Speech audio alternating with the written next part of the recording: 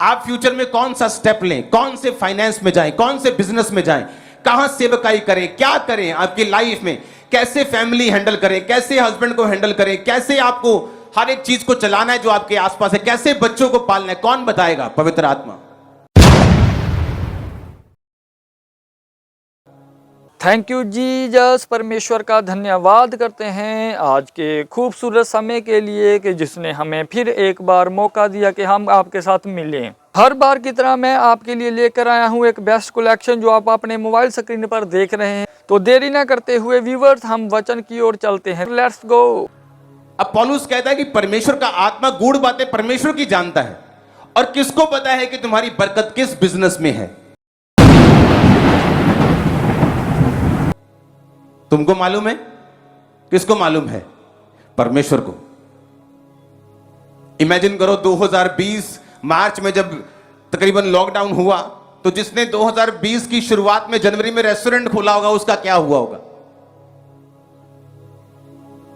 उसको लगता है कि ये फायदेमंद धंधा है, बिजनेस प्रॉफिटेबल है, तो मैं इसको करूंगा। लेकिन परमेश्वर की आत्मा को मालूम था क्या होने वाला है। और बाइबल कहती परमेश्वर उसकी आत्मा परमेश्वर की गूढ़ बातों को जानती है, और आपके लिए फ्यूचर में क्या अच्छा है, आप फ्यूचर में कौन सा स्टेप लें, कौन से फाइनेंस में जाएं, कौन से बिजनेस में जाएं, कहां सेवकाई करें, क्या करें आपकी लाइफ में, कैसे फैमिली हैंडल करें, कैसे हस्बैंड को हैंडल करें, कैसे आपको हर एक चीज को चलाना है जो आपके आसपास है, कैसे बच्चों को पालना है, कौन बताएगा? पवित्र आत्मा।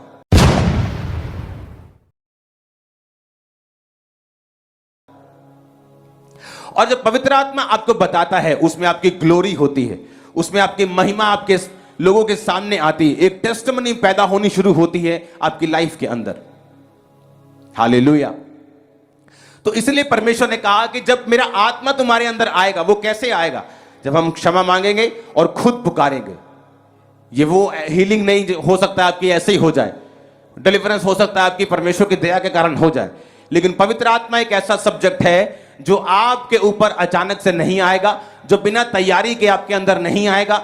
आपको इसके लिए प्यास रखनी होगी, भूख रखनी होगी, इसके लिए मांगना होगा, इसके लिए तौबा करनी होगी, इसके लिए अलगताई पवित्रताई का जीवन जीना होगा, और फिर आपको पवित्र आत्मा का दान वरदान मांगना पड़ेगा, गैर भाषा मांगनी पड़ेगी, बोलनी पड़ेगी। उसके बाद परमेश्वर का आत्मा आप पे जाहिर करेगा और आपको उस ग्लोरियस लाइफ की ओर लेके जाएगा जो परमेश्वर ने आपके लिए रखी हुई है।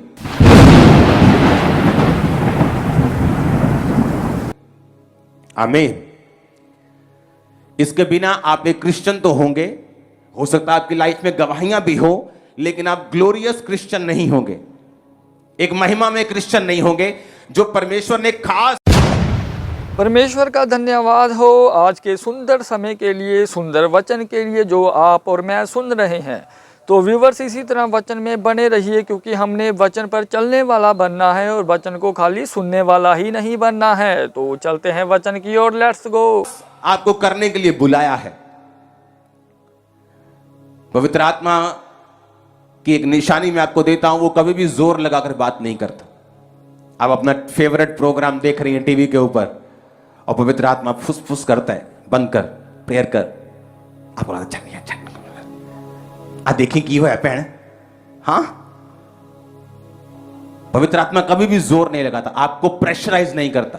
वो दुष्ट आत्मा नहीं है, वो पवित्र आत्मा है, वो जेंटल बात करता है। आपके अंदर कोई सवाल चल रहा है, आप दुविधा में हैं बहुत, पवित्र आत्मा आपसे बात करता है। आप सोचते हैं मुझे आगे बढ़ना है, मुझे आगे बढ़ना है, वो आपसे बात करता है। जस्ट एक लाइन में वो आपकी पूरी लाइफ सॉर्ट कर सकता है, हल कर सकता है। एक लाइन में, एक वचन में, जस्ट एक खुदावंद का दिया हुआ वो एनलाइटमेंट, एक लाइट, एक रोशनी, आपके दिमाग की एक सोच जो परमेश्वर आपको देगा, आपकी पूरी लाइफ चेंज कर सकता है। हालेलुया। ये ऐसी चीजें हैं जो ये मेरी लाइफ से जुड़ी हुई हैं और आप बरकत पा रहे हैं। कुछ ऐसी चीजें हैं जो आपकी लाइफ के लिए जरूरी हैं, जुड़ी हुई हैं। वो कौन बताएगा? पवित्र आत्मा आपको बताएगा।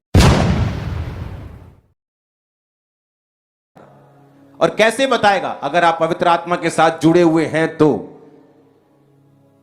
अगर मोबाइल आपका बेस्ट फ्रेंड है तो पवित्र आत्मा के साथ आप संबंध कायम नहीं कर सकते। कब डिस्कनेक्ट करना है अपनी चीजों को, आपको पवित्र आत्मा सिखाएगा। कब परमेश्वर में बढ़ना है, कब इन चीजों को छोड़कर अब सिर्फ प्रार्थना का टाइम है, अब बाइबल रीडिंग का टाइम है, फास्टिंग का टाइम है, पवित्र आत्मा आपको बताएगा।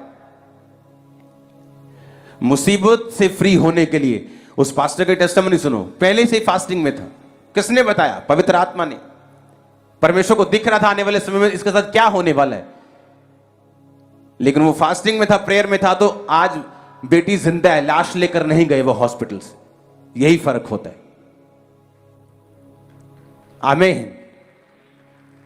जब मैं भी आप पर प्रेयर करता हूं तो उन लोगों के लाइफ में जल्दी काम होता है जो खुद स्पिरिचुअल एक्टिव हैं। मुझे मालूम है कि मैं इस पे प्रेयर कर रहा हूं, ये खुद स्पिरिचुअल एक्टिव है, खुद विश्वास में है। बाइबल कहती है यीशु मसीह ने कई बार लोगों को देखा कि इसमें चंगा होने का विश्वास है, तो वो जल्दी चंगे हुए। बाइबल कहती है कई बार यीशु मसीह बड़े काम नहीं कर पाए क्योंकि लोगों में विश्वास नहीं था। वो कहते थे कि ये हमारे बीच में जमा पला, ये हमको क्या हील करेगा, हमारे जीवन में ये क्या काम करेगा। हालेलुया। और ऐसा व्यक्ति जो स्पिरिचुअली एक्टिव है, जो पवित्र आत्मा की बात को सुन रहे, जिसके पवित्र आत्मा के साथ संबंध अच्छे हैं, पास्टर्स भी उन पे जब प्रार्थना करते हैं वो जल्दी रिसीव करते हैं क्योंकि वो एक्टिव हैं स्पिरिट में। और कई लोग, हमें मालूम है कि इधर से प्रेयर करवाई, उधर से कुछ और करवाएंगे, तीसरी जगह से कुछ और खाएंगे, चौथी जगह से धागा बनवाएंगे, वो क्या हील होंगे? बहुत कम चांसेस हैं उनके। हालेलुया। लेकिन ऐसा व्यक्ति जो स्पिरिचुअली एक्टिव है, जब वो चर्च में भी प्रेयर रिसीव करता है, जल्दी काम होते हैं। स्पिरिचुअली एक्टिव है, वो प्रेयर माउंटेन की प्रेयर रिसीव करता है, जल्दी काम होते हैं। पवित्र आत्मा उससे बात करता है, पवित्र आत्मा उसकी अगुवाई करता है। और क्या अब पतरस और 120 लोग यही प्रार्थना कर रहे थे कि परमेश्वर तेरे वचन में लिखा तू पवित्र आत्मा से भरेगा भी, सिर्फ देगा ही नहीं, तू उससे मुझे भरेगा भी। और अगर आप बाइबल ध्यान से पढ़ें तो वो सिर्फ एक बार नहीं भरे, पहले वो पेंटिकोस्ट के दिन भरे, उसके बाद जब पतरस को उठाकर लेके गए, जब उसने लंगड़े को चंगा किया, पतरस और यूहन्ना ने उनको उठाकर लेके गए और बोला कि यीशु मसीह के नाम से फिर ये काम ना करना। उन्होंने कहा ऐसा नहीं हो सकता कि जो कुछ हमने परमेश्वर से सुना और माना वो हम ना करें और यीशु मसीह के नाम से काम ना करें, ये तो हमसे नहीं हो सकता। और बाइबल कहती है जब वो वापिस आए, जब उनको धमकाकर पिटाकर छोड़ दिया, तो वापिस आए और उन्होंने फिर प्रार्थना की और फिर भजन संहिता से प्रार्थना की। परमेश्वर उनकी धमकियों को देख देश देश के लोगों ने व्यर्थ बातें क्यों सोची, और लिखा जब वो प्रार्थना कर रहे थे तो वो फिर पवित्र आत्मा से परिपूर्ण हो गए। क्यों संडे आप चर्च में आते हैं? घर पे अटेंड नहीं क्यों नहीं कर? ऑनलाइन तो घर पे भी अटेंड हो जाती, क्योंकि पवित्र आत्मा की फीलिंग सिर्फ एक बार नहीं होती। आप बाइक लेते हैं नया, उसके बाद सर्विस नहीं करवाते उसकी, आप हर महीने उसकी सर्विस करवाते। एक बार सर्विस हो जाए, दूसरी बार सर्विस नहीं करवाते, आप फिर दूसरी बार भी करवाते, क्योंकि आपको उसे चलाना है और सर्विस करवानी है। उसी तरह से पवित्र आत्मा की जो फीलिंग है, जो भराहट है, जो भरना है, वो सिर्फ एक बार का एक्सपीरियंस नहीं है। हर दिन, हर रोज, हर हफ्ते आपको पवित्र आत्मा से अपने आप को भरना होता है और आप लगातार उससे भरते जाते हैं और भरते जाते हैं और फिल होते जाते हैं, अपनी लाइफ में बढ़ते जाते हैं। मेरा विश्वास है कि आज जब प्रार्थना होगी आप पवित्र आत्मा की भरपूरी के साथ वापस जाएं। परमेश्वर का धन्यवाद करते हैं कि जिसने हमें समय दिया था कि हमने वचन को सुना। तो उम्मीद है कि ये वाली कलेक्शन भी आपको बेस्ट लगी होगी हर बार की तरह। इसी तरह व्यूवर्स, अगर आप हमारे चैनल पर नए हैं तो चैनल को सब्सक्राइब करें और बेल आइकन के बटन को दबाना ना भूलना।